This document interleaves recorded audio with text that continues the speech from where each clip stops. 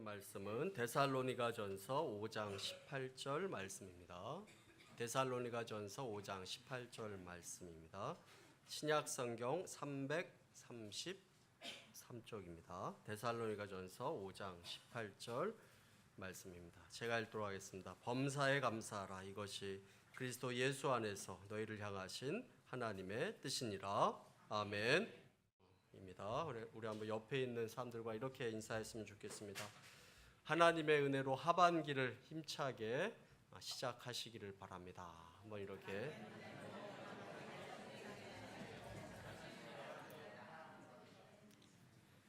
오늘은 7월 첫 번째 주일, 한 해의 전반기를 끝내고 하반기를 시작하는 그런 주일입니다. 한국 교회는 매년 7월 첫 번째 주일을 맥추감사 주일로 지키고 있습니다. 한 해 전반기에는 보리를 수확하고 하반기에는 쌀을 수확을 합니다. 맥추감사절은 말 그대로 보리를 수확하는 날로 드리는 감사절입니다. 맥추감사절은 농경 문화에 깊은 관련이 있기 때문에 농경 문화가 퇴색되어져가는 오늘날에는 이 맥추감사 주일의 의미가 점점 잊혀져 가고 있는 것이 현실입니다. 그런데 맥추감사절은 구약의 3대 절기 중에 하나인 오순절. 여러분 오순절 들어보셨죠? 오순절, 77절이라고도 불려지기도 하는데 오순절에 이제 기원을 둔 그런 절기입니다. 그래서 매년 7월 첫 번째 주에 드리면서 이 맥추감사절을 통해서 하나님께서 반년 동안 베풀어 주신 그 은혜에 감사하고 앞으로 남은 반년도 하나님께서 지켜주시기를 바라는 마음으로 지키는 그런 절기입니다. 맥추감사절의 초점은 감사함입니다. 우리들의 삶을 지켜주시고 인도해 주시는 그 하나님의 은혜를 우리가 감사로 표현하는 것이 바로 맥추감사절이라는 것입니다. 오늘 말씀에 보면 하나님의 뜻이라는 그런 단어가 나옵니다. 우리는 하나님의 뜻을 구하면서 신앙생활을 해 나갑니다. 하나님의 뜻 하면 생각나는 그런 일이 있는데 예전에 하나님의 뜻이라는 말이 사회적으로 큰 이슈가 된 적이 있습니다.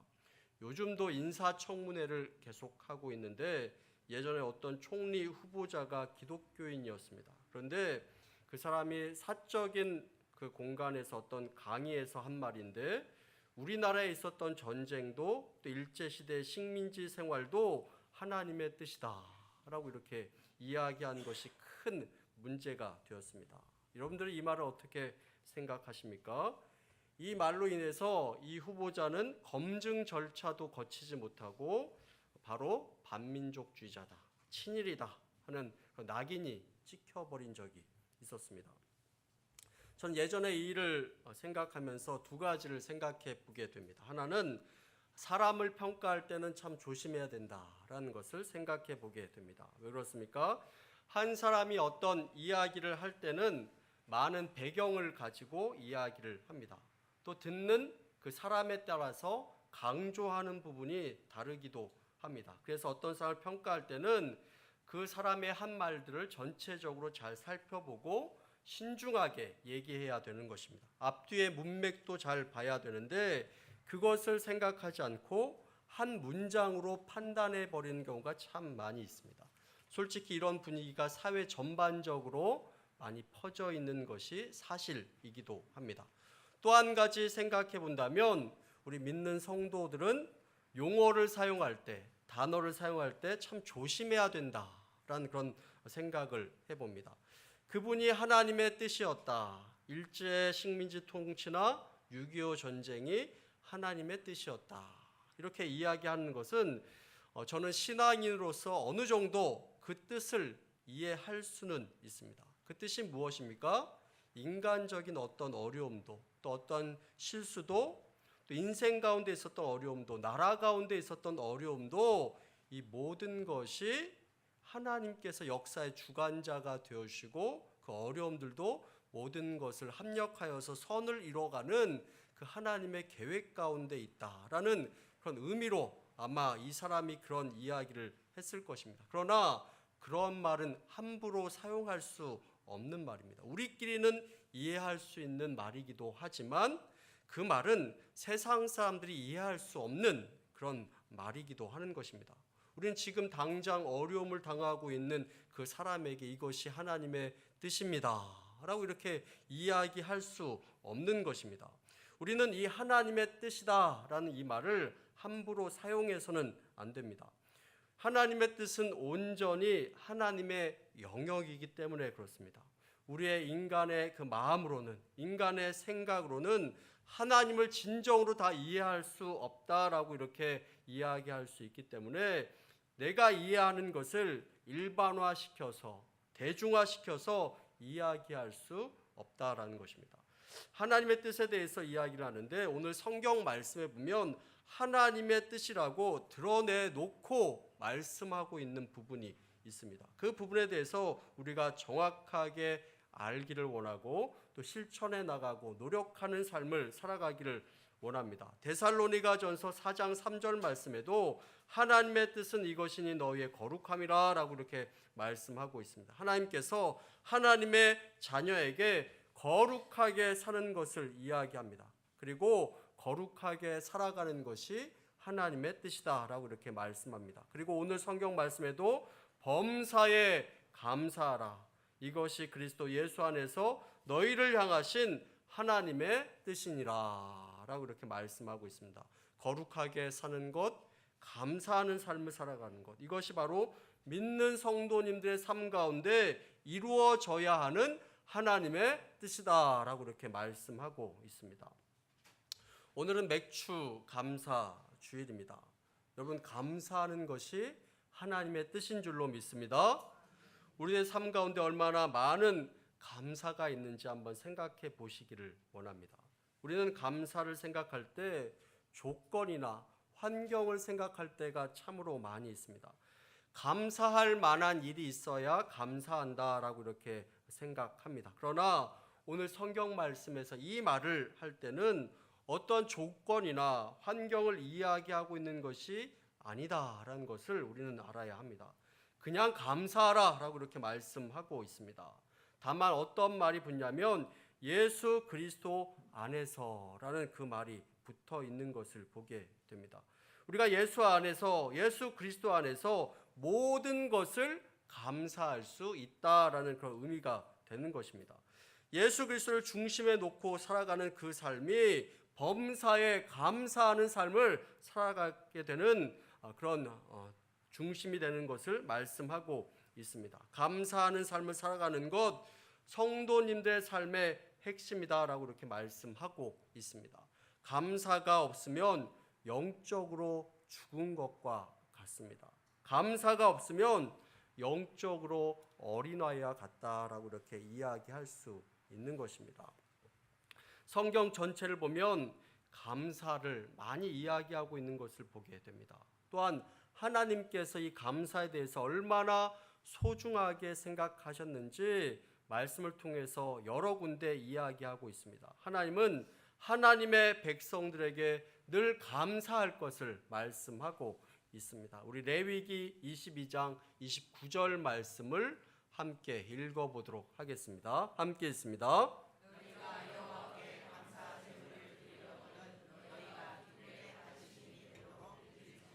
감사 제물이 되려거든 기쁘게 받으심이 되도록 드릴지며, 감사에 대해서 말씀하고 있습니다. 우리 역대상 16장 8절 말씀도 함께 읽어보도록 하겠습니다. 함께 읽습니다. 너희는 여호와께 감사하며 그의 이름을 불러 아뢰며 그가 행하신 일을 만민 중에 알릴지어다. 하나님께 감사하라. 그리고 하나님께서 행하신 일에 대해서 만민 중에 알릴지어다라고 이렇게 말씀하고 있습니다. 우리 역대상 16장 34절 말씀도 함께 읽어보도록 하겠습니다. 함께 읽습니다.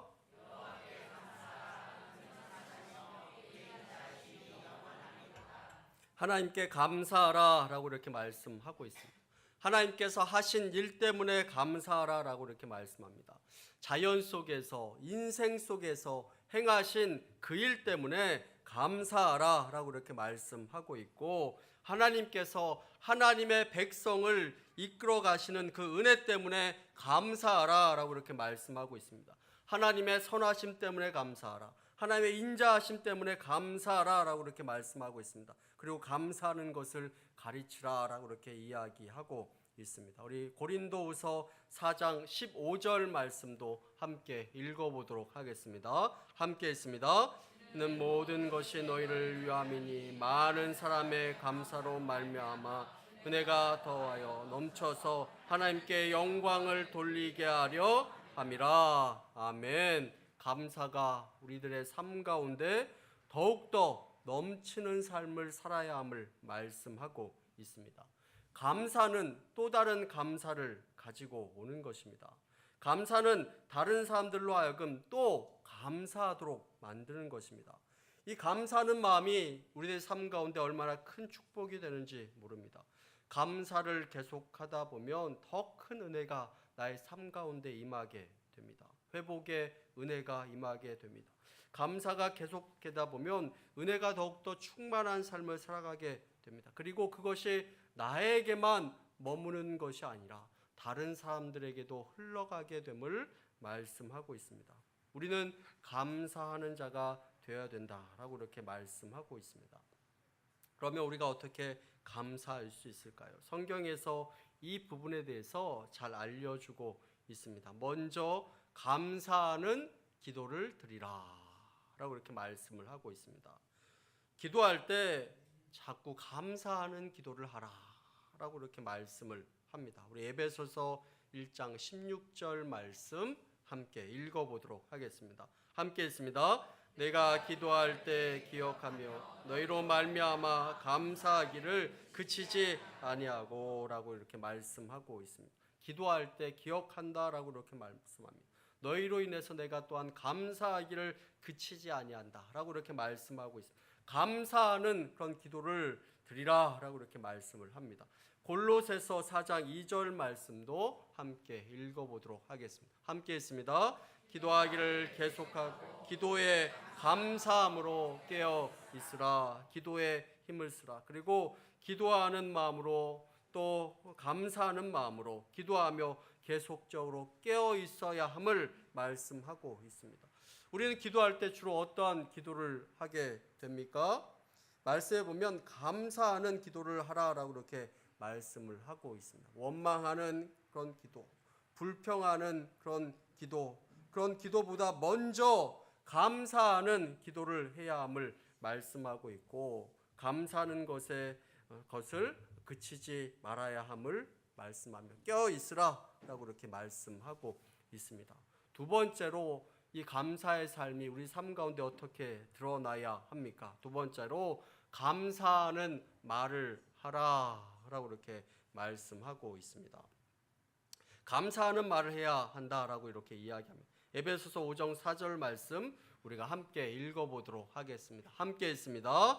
누추함이나 어리석은 말이나 희롱하는 말이 마땅치 아니하니 오히려 감사하는 말을 하라. 말로 자꾸 감사를 표현하라. 이상한 말, 어리석은 말, 희롱하는 말, 이런 말을 하지 말고 자꾸 감사하는 말로 이 감사를 표현하라라고 이렇게 말씀하고 있습니다.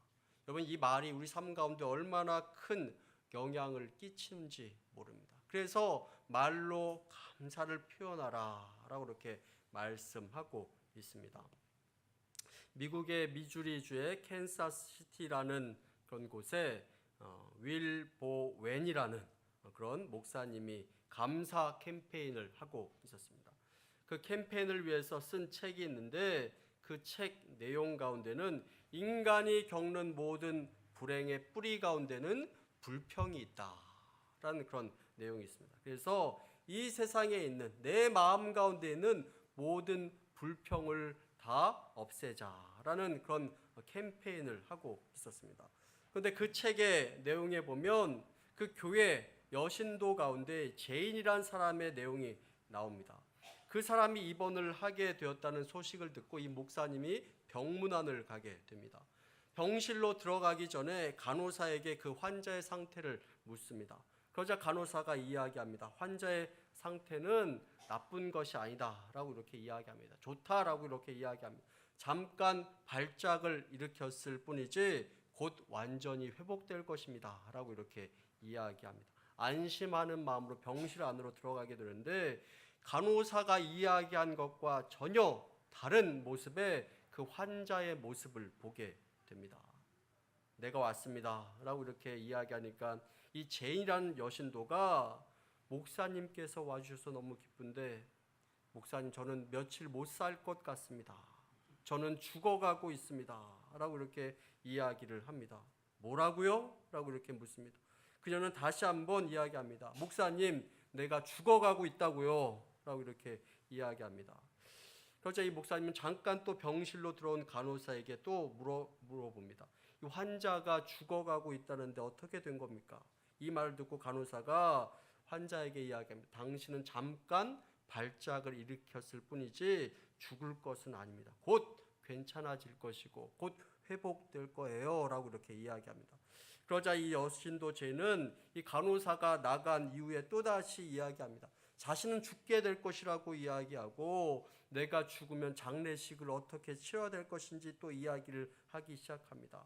목사님이 이야기합니다. 당신은 죽지 않을 것입니다. 그러자 그는 또 이야기합니다. 저는 죽어가고 있습니다 라고 이렇게 이야기합니다. 이 목사님이 병실로 나와서 또다시 의사 선생님을 찾아가서 묻습니다. 환자가 자기가 곧 죽을 거라고 이야기하는데요.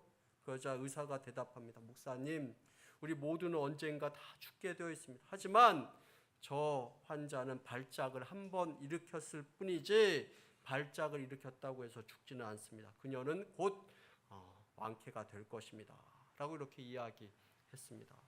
여러분 이 여신도가 어떻게 되었을까요? 어떻게 되었을까요? 정확하게 2주 후에 이 목사님은 이 여신도의 장례식을 집례하게 됩니다.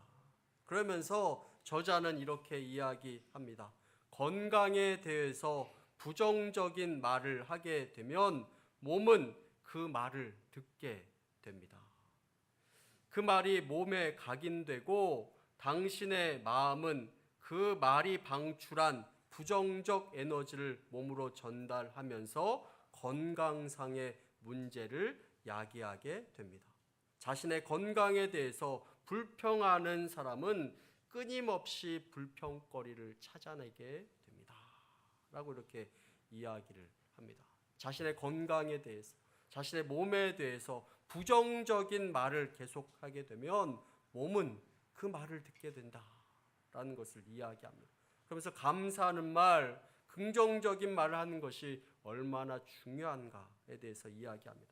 이 책을 보면 이와는 완전히 다른 또 다른 이야기가 나옵니다. 그 목사님의 친구 중에 할이라는 사람의 이야기가 나옵니다. 이 사람은 폐암 4기 선고를 받았습니다. 의사가 6개월밖에 살지 못합니다 라고 이렇게 이야기했습니다. 그의 형편이나 생활도 어려웠습니다. 그래서 그 친구를 찾아가게 됐는데 이 친구 할이라는 사람은 명랑한 태도, 활기찬 태도를 가지고 있었습니다. 그래서 깜짝 놀랐습니다. 어떻게 그런 처지 가운데서 불평하지 않고 살아갈 수 있는지 이렇게 물어봅니다. 자네는 어떻게 이런 시련을 겪으면서 한마디 불평도 안 하면서 이렇게 살 수 있습니까? 라고 이렇게 물어봅니다. 그러자 그가 이야기합니다. 간단해. 15일이 아니니까 라고 이렇게 이야기합니다. 아니 그 15일하고 무슨 상관이야? 라고 이렇게 물어봅니다. 그러자 친구가 대답합니다. 내가 폐암 선고를 받았을 때 나는 앞으로 모든 것이 쉽지 않을 것이다 라는 생각을 하면서 난 두 가지 중에 하나를 선택해야 될 그런 상황에 놓여 있게 되었는데 하나는 내 모든 상황을 저주하면서 지내는 것이고 또 다른 하나는 나는 마음 가운데 내가 할 수 있는 것을 집중하면서 내 삶 가운데 있는 좋았던 것에 집중하면서 지내는 삶을 살아가는 것, 이 두 가지 중에 하나를 선택해야 되는데 나는 후자를 선택하기로 마음을 먹었네. 그 대신 한 달에 한 번 내 마음껏 불평할 수 있는 날을 정해 놓자고 결심했는데 그날이 바로 15일이라고 나는 정했네. 내가 불평하고 싶어지면 15일까지 나는 기다리고 그날까지 나는 참는 것으로 결정하고 마음을 먹은 것이지라고 이렇게 이야기했습니다. 그래서 또 목사님이 묻습니다. 그러면 15일이 되면 마음에 불평이 넘치고 우울해지지 않았던가? 라고 이렇게 물었습니다. 그러자 친구가 또 대답합니다. 아니야, 15일쯤 되면 그동안 불평하려고 마음먹었던 것을 다 까먹어서 다 잊어버려서 불평을 할 수 없었다네 라고 이렇게 대답을 했습니다. 저는 이 방법이 참 좋은 방법인 것 같습니다. 한 달에 한 번 불평을 마음껏 할 수 있는 날을 정해서 나머지 날은 그날 하기로 결심하고 그것을 미루는 것입니다. 그날 되려면 다 잊어버리고 하지 못하게 될 수도 있을 것 같습니다. 이 목사님의 친구는 6개월을 살 수 있다고 선고를 받았지만 5년을 넘게 살았다라고 이렇게 이야기합니다. 불평하는 말보다 감사하는 말이 얼마나 능력이 있는지, 감사하는 말은 이처럼 중요하다라고 이렇게 할 수 있는 것입니다. 또한 성경에서는 감사하는 찬양을 많이 하라라고 이렇게 이야기합니다. 감사하는 찬양을 많이 하라라고 이렇게 이야기합니다. 골로새서 3장 16절 말씀 가운데 보면 우리 함께 읽어보도록 하겠습니다. 함께 했습니다. 그리스도의 말씀이 너희 속에 풍성히 과하여 모든 지혜로 피차 가르치며 권면하고 시와 찬송과 신령한 노래를 부르며 감사하는 마음으로 하나님을 찬양하고 라고 이렇게 말씀하고 있습니다. 감사의 시, 찬양을 많이 하라 라고 이렇게 말씀하고 있고, 이 찬양을 통해서 감사를 표현하라 라고 이렇게 말씀을 합니다. 찬양을 하는 것, 감사하는 것, 하나님을 높이는 행위입니다. 그래서 찬양 가운데 날 구원하신 주 감사, 모든 것 주신 감사, 지난 추억이네 감사, 주 나의 곁에 계시네, 향기로운 봄철로 감사, 외로운 가을날 감사, 사라진 눈물도 감사, 나의 영혼 평온. 이렇게 우리가 찬양 가사 가운데 써 있는 것을 보게 됩니다. 우리가 교회에서만 찬양하는 것이 아니라 우리 일상생활 가운데서도 찬양하라 라고 이렇게 말씀을 하고 있습니다. 우리가 이 찬양을 한번 불러보고 예배 가운데 불러보고 싶은데 시간 관계상 부르지는 않겠습니다. 네 번째로 다른 사람의 일로 감사하라 라고 이렇게 말씀을 하고 있습니다. 다른 사람의 일로 감사하라. 데살로니가전서 1장 2절 말씀 함께 읽어보도록 하겠습니다. 함께 했습니다.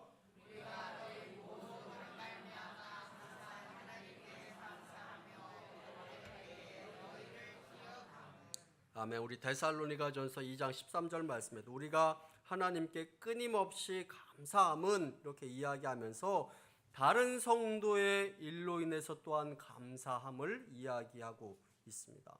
다른 성도에 대해서 감사하는 것이 바울의 특별한 감사의 내용이었습니다. 이 바울은 하나님으로 인해서 감사하고 예수님으로 인해서 감사하고 그리고 다른 성도들로 인해서 감사했다라고 이렇게 이야기하고 있습니다. 나에 대해서, 나의 생활 가운데서, 내 안에서 감사 제목을 찾지 못하면 다른 사람을 보면서라도 감사하라 라고 이렇게 말씀을 하고 있습니다. 오늘 우리 자신의 모습을 한번 생각해 보기를 원합니다. 감사가 얼마나 우리 삶 가운데 있는지 한번 생각해 보기를 원합니다. 의외로 불평이 참 많은 것을 보게 됩니다. 학생은 학생대로 불평이 많습니다. 젊은이는 젊은이대로, 직장인은 직장인대로, 직장 상사는 직장 상사대로, 직원은 직원대로 불평이 참 많은 그런 세상 우리가 살아가게 되는 것을 보게 됩니다. 건강상에도 얼마나 불평이 많이 있습니까? 정치 문제에도 얼마나 불평이 많이 있습니까? 국제 문제 가운데도 불평이 참 많은 것을 보게 됩니다. 더우면 덥다고 불평을 합니다. 추우면 춥다고 불평을 합니다. 우리 자신 가운데 얼마나 부정적이고 불평하는 말을 얼마나 많이 하게 되는지 모릅니다. 그러나 감사하는 것, 우리가 뜻을 세우고 의도를 가지고 우리의 마음을 정하고 노력해야 함을 말씀하고 있습니다. 모든 영역에서 감사해야 함을 말씀하고 있습니다. 가정 안에서 감사하라. 회사 안에서 감사하라. 일터에서 감사하라. 이웃들과의 관계에서 감사하라 라고 이렇게 말씀을 하고 있습니다. 회사를 경영하는 분이 있었는데 이 감사의 마음을 가지고 회사를 경영하니까 얼마나 좋은지 사람들에게 그 감사의 방법을 가르쳐 주었다라고 이렇게 이야기합니다. 그 감사의 방법이 무엇이냐면 예상치 않은 일, 예상치 않은 업무가 주어졌을 때도 감사하라. 생각지만 말고 소리내어서 감사하라. 내 마음의 기쁨과 행복의 조건을 빼앗길 때도 그 원인을 찾아가며 감사하라. 내 마음의 감사가 차고 넘칠 때까지 계속 입으로 감사하라. 지체 말고 즉각적으로 감사하라. 사람에 대해서 철저하게 감사하라. 축복하라. 옆에 있는 사람을 알게 된 것에 대해서 그 사람을 축복하며 또한 감사하라 라고 이렇게 말씀을 하고 있습니다. 우리 한번 옆에 있는 사람에게 이렇게 이야기했으면 좋겠습니다. 당신으로 인해서 감사합니다. 내 옆에 있어줘서 감사합니다. 한번 우리 옆에 있는 사람에게 이렇게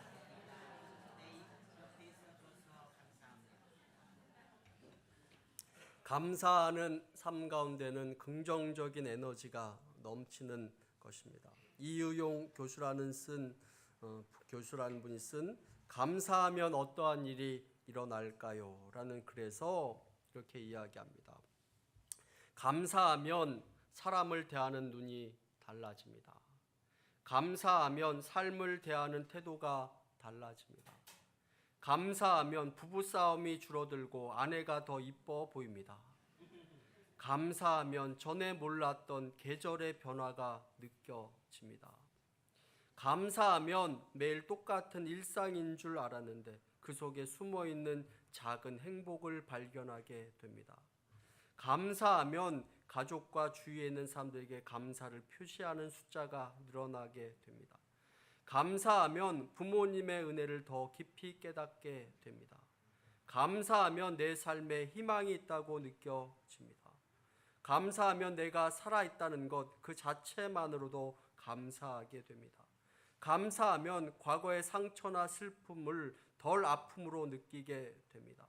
감사하면 전에는 느끼지 못했던 삶의 기쁨이 느껴집니다. 감사하면 전보다 나의 삶이 더 행복하게 느껴집니다. 감사하면 나쁜 상황에 처했을 때 긍정적으로 생각하게 됩니다. 감사하면 주변 사람들로부터 전보다 더 밝아졌다는 이야기를 자주 듣게 됩니다. 감사하면 웃는 횟수가 늘어나게 됩니다.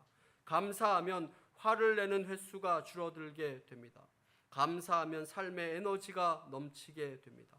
감사하면 사람들을 칭찬하거나 고마움을 표시하는 횟수가 늘어납니다. 감사하면 관계가 불편한 사람들과의 관계를 개선하기 위해서 더 많이 노력하게 됩니다. 감사하면 다른 사람의 좋은 점을 더 자주 발견하게 됩니다. 감사하면 다른 사람의 소중함을 더 느끼게 됩니다. 감사하면 내 주위에 나를 돕는 사람이 많다는 것을 알게 됩니다. 감사하면 내가 갖고 있는 것이 많다라는 생각을 하게 됩니다. 감사하면 내가 할 수 있는 것들이 더 늘어나게 됩니다. 감사하면 내 자신이 더 멋지게 느껴집니다. 감사하면 현재가 더 만족스럽게 느껴집니다. 감사하면 내 자신이 성장할 수 있는 기대를 갖게 됩니다. 여러 가지 그 감사의 그런 결과에 대해서 이야기를 하고 있습니다. 우리 모두는 신앙생활을 해나가며 예수님을 따라가는 그런 사람이라고 이렇게 이야기할 수 있을 것입니다. 우리 모두는 하나님의 뜻을 행하려고 노력하는 그런 사람들이다라고 이렇게 이야기할 수 있을 것입니다. 오늘 말씀에 보면 하나님의 뜻, 그것은 범사에 감사하는 것이라고 말씀하고 있습니다. 우리의 모든 삶의 영역에서 우리가 감사할 수 있게 되기를 원합니다. 또한 이 감사를 우리가 표현할 수 있게 되기를 원합니다. 예수님을 바라보면서, 우리 주님을 바라보면서, 우리 하나님을 바라보면서 감사하며, 우리 주변에 있는 그 사람들을 바라보면서 감사하며 살아갈 수 있는 우리 모두가 되기를 원합니다. 감사로 살면 우리 삶 가운데 더욱더 큰 은혜가, 더욱더 큰 축복이 넘칠 줄로 믿습니다. 그리고 그것이 내 주변에 있는 사람들에게 더 좋은 영향력을 끼칠 수 있게 될 줄로 믿습니다. 감사하는 성도, 감사하는 가족, 감사하는 교회가 될 수 있게 되기를 간절히 축원합니다. 우리 함께 기도하기 원합니다. 함께 기도할 때 하나님, 나 입술에서